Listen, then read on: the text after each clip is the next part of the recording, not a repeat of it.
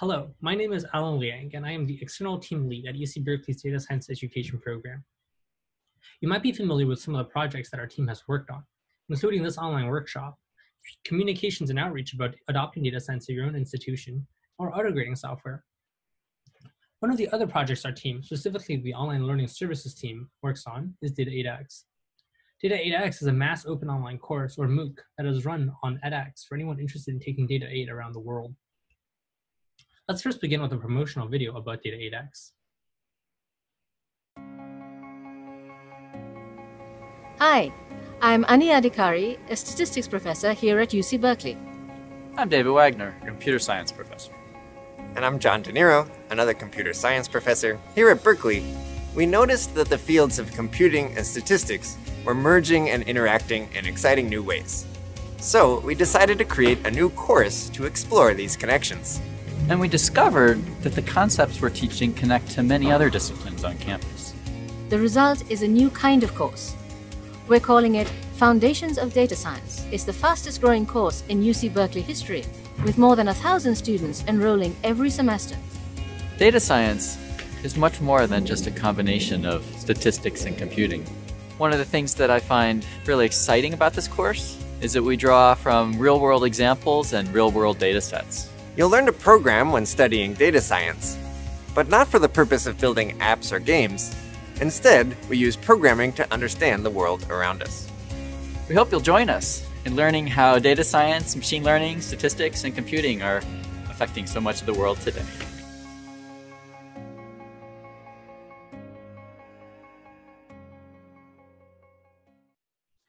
So what exactly is Data 8X? Data 8X is essentially Data 8's materials and content online and openly accessible to students from around the world. The course is divided into 3 smaller edX courses by chronological order, each about 5 weeks long on edX. Since the course is hosted on edX, you simply have to make an edX account to take the course for free. While it costs $199 to receive a certificate for each course upon completion, you can also audit the course for free.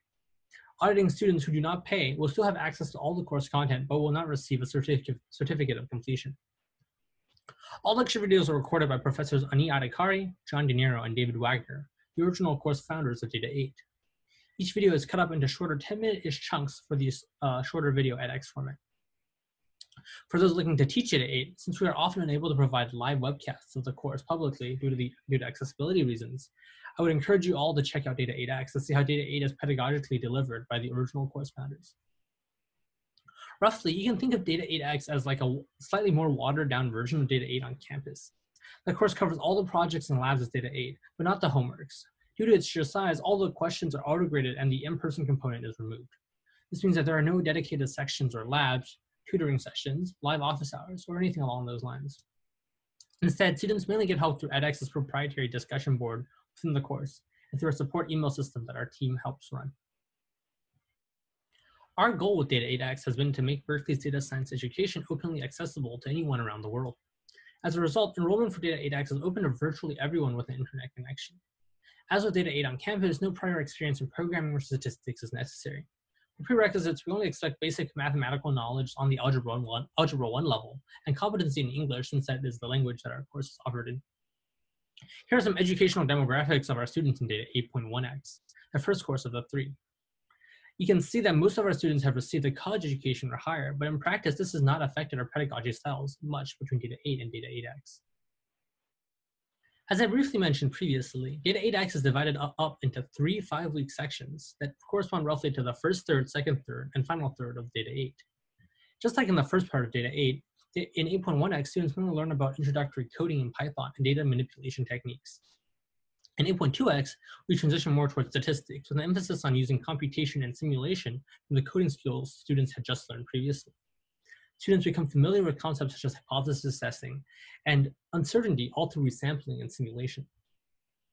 In 8.3X, we conclude with more predictive and baby-like machine learning techniques like single variable linear regression and the KNN, k-nearest neighbors method. Here are some stats about Data 8X.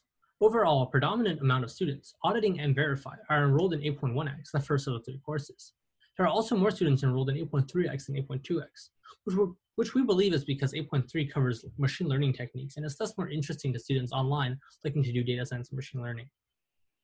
Overall, the median age of our student is 32 years, which if you combine with the statistic just then that most of our students have completed an undergraduate or graduate degree, would suggest that they are trying to learn something new, a new skill during their spare time on edX. Around 10% of our students end up paying for the course to receive the certificate. It is also worth noting that perhaps obviously being a verified paying student is a large indicator of student completion and success in the course. Due to edX's large platform and reach, we have had students from 145 countries and around 400 new students each week. The course is not timed, so students can begin the course whenever they want and end whenever they want. I'll quickly go over the infrastructure supporting Data 8X. All students have access to the Data 8X Hub, a dedicated Jupyter hub for the course.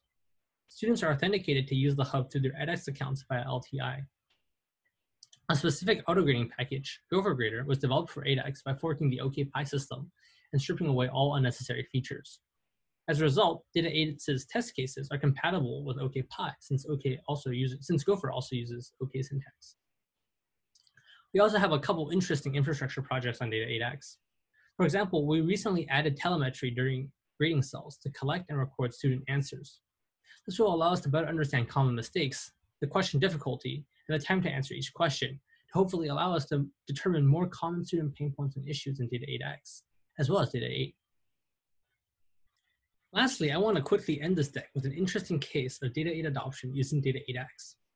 San Jose City College is one of the earliest adopters of Data 8, beginning to teach their version of Data 8, CIS 107, in fall of 2018. CIS 107 uses a flipped classroom model in which students watch Data 8X lecture videos online and read the textbook at home. Then students come to class about twice a week, mainly for discussion, lab, or homework help. In a sense, the in-person component is very similar to that of a Data 8 lab, and the instructor acts more like a TA who does not lecture as much but helps students answer questions pertaining to their assignments or lecture. This model of Data 8 adoption significantly reduces the pedagogical and infrastructural lift required to adopt Data 8. Jupyter Hub and grading infrastructure simply come pre-packaged as part of Data 8X. Instructors do not have to spend as much time preparing to lecture since there already exists lecture videos from edX. Instead, professors focus more on maximizing students' success in the course by ensuring that students' questions and concerns are well addressed. We believe that this model of adoption can be considered for institutions looking to teach relatively smaller classes of students in Data 8. In addition, institutions strapped for technological or pedagogical resources or staff can take advantage of Data 8X in their offerings.